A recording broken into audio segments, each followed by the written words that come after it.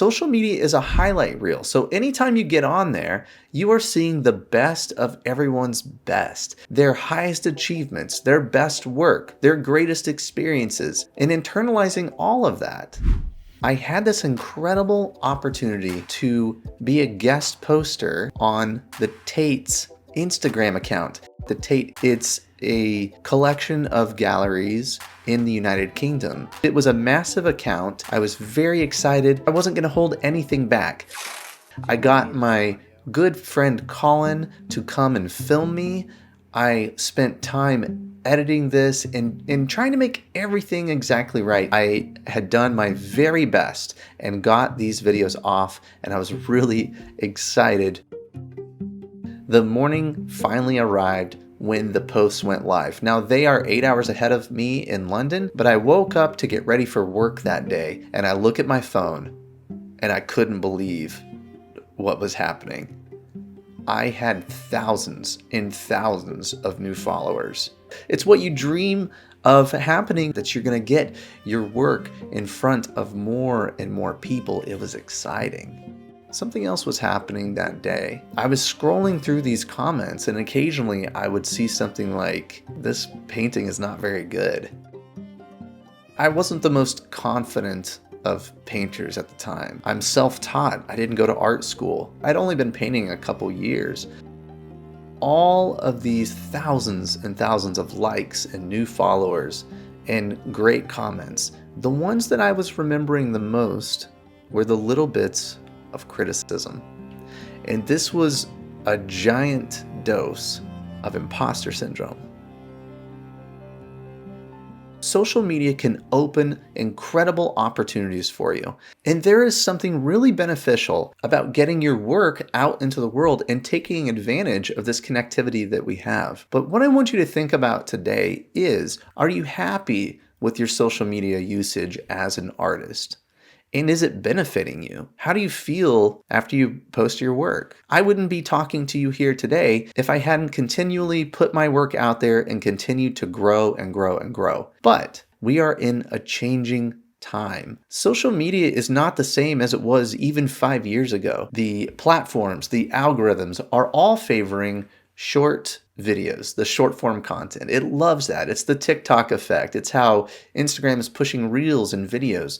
They want that content because it is the most potent. It is the most addictive content in the world. There was a time when you would post on social media and it would be only the people that you were following that would see your paintings, that would see your work, that would see your posts. All that has changed. We are now trying to please an algorithm. You are now being exposed to everyone on the platform and keep you clicking, keep you scrolling. That is the name of the game. Just posting a boring old photo isn't really doing as much as it used to. Now you need to make a video. You have to post consistently. So the platforms are changing, and I think that our approach as artists, we need to change it as well. What are the characteristics of social media? It's helpful to kind of list some of these out. So let's make a little list. Social media is never ending. You can scroll forever. It is fast. It is ever changing. It is instant. It only cares about the now. You know, you can post a great painting in a day. No one will ever see it again unless they go back and look at your work and scroll through all your paintings. I think of social media kind of as a beast that is always hungry. It wants you to just feed it constantly and keep posting and posting and posting. I feel like it's impersonal. You're posting your work, and in case you happen to be favorited by some people, or there's an artist where you post on their paintings a lot, you will see their work. But other than that, your work is being served up to a lot of people that don't know you. We all know that you flip on there to post a painting, and what happens? You just start scrolling, right? But think about, as you're scrolling, all of those messages that you are taking in internally, even if it just hits your eyes for a second. Now, remember, social media is a highlight reel. So anytime you get on there, you are seeing the best of everyone's best. You are comparing their highest achievements, their best work, their greatest experiences, and internalizing all of that. Even if you don't see yourself as someone that compares yourself all the time, you can't help but do this subconsciously. You are suddenly feeling not so excited about that painting that you just finished, or that little local show that you just got into. Because here is so-and-so who's touring the world and selling every one of their paintings.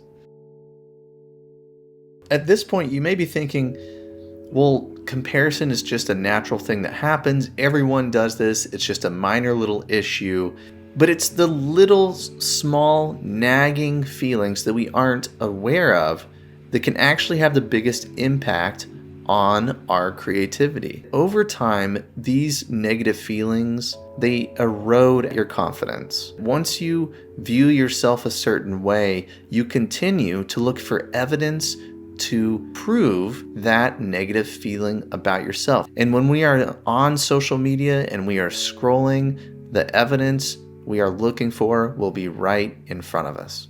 So I want to talk about some solutions now. The last one of these is the one that really helped me break free. It has brought me so much lightness and freedom and creativity. Well, the first thing that we can do is we can decide to use social media on our own terms. How do we use it on our own terms? Maybe you post less. Maybe when you get on and post your painting, you just post and you tell yourself, I'm going to get off now. One big step for me was turning off notifications. I don't need to know whenever someone likes a painting or comments or someone sends me a message. All that is just noise. It's noise that is pulling me out of what is in front of me, of what is real and what is here. Nice comments are good.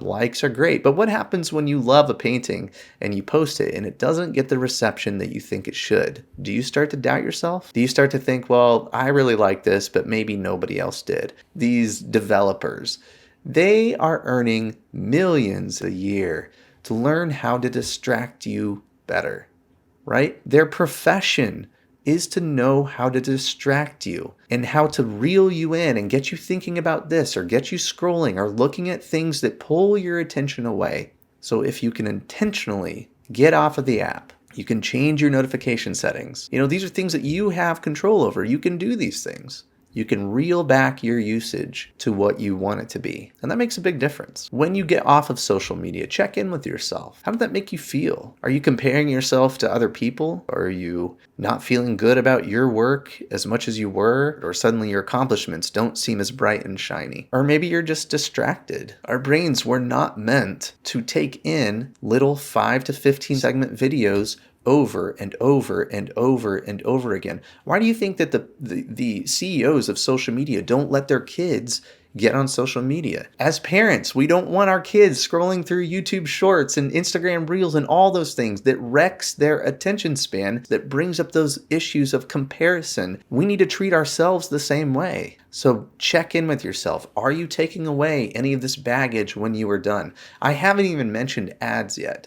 That is one of the most destructive parts. If you have any single flaw about yourself, you are being marketed over and over and over. It used to be like every eight videos or something was an ad. Now it's every 3 or 4. I can't even keep track. They keep taking out content and putting more and more ads because that's how they make revenue. This is all pushed through so they can make revenue, right? They can make income. Think about what is life-giving. Think about quiet, stillness, deep focus, patience, trusting yourself, operating out of a place of confidence and knowing and deliberation. Doesn't that sound more appealing, life-giving, more constructive, more substantial? I have one more thing I want to share with you. This is the most powerful tool that I've discovered when it comes to social media and just striving forward in life in general. It'll help you grow your confidence. It will help you minimize